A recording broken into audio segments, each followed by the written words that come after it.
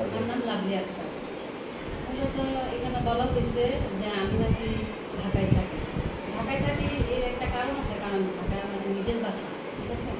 আমার দুটা ছেলে আছে, আমার ছেলেরা মাইলস্টোন কলেজ স্কুল অ্যান্ড কলেজে ওরা পড়াশোনা করে, দশম শ্রেণীতে ওই সুবাদে আমার শুক্র শনি 2 দিন এখানে থাকা লাগে।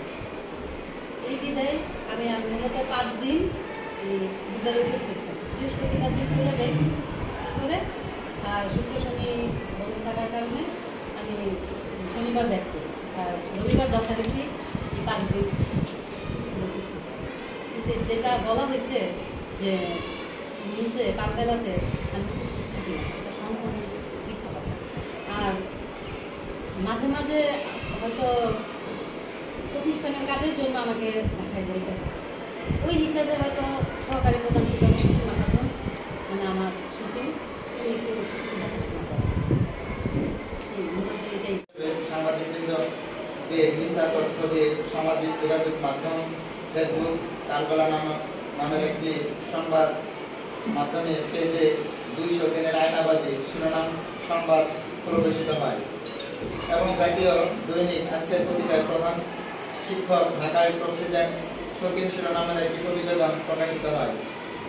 উক্ত সংবাদ দুটির উপর আমার দৃষ্টিগোচর হয়েছে।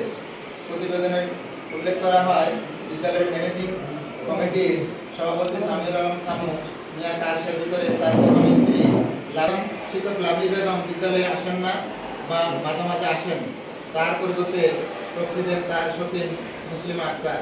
ঘটনাটি সম্পূর্ণ মিথ্যা, বানোয়াট ও ভিত্তিহীন। মূলত সামু মিয়ার প্রথম স্ত্রী সাবাজান উচ্চ বিদ্যালয়ের প্রধান শিক্ষক লাভলি মেডিকেল স্কুলের প্রবেশকক্ষে বসেই আমি এই বিদ্যালয়ের শুরু থেকে সামিউল আলম সামু সভাপতি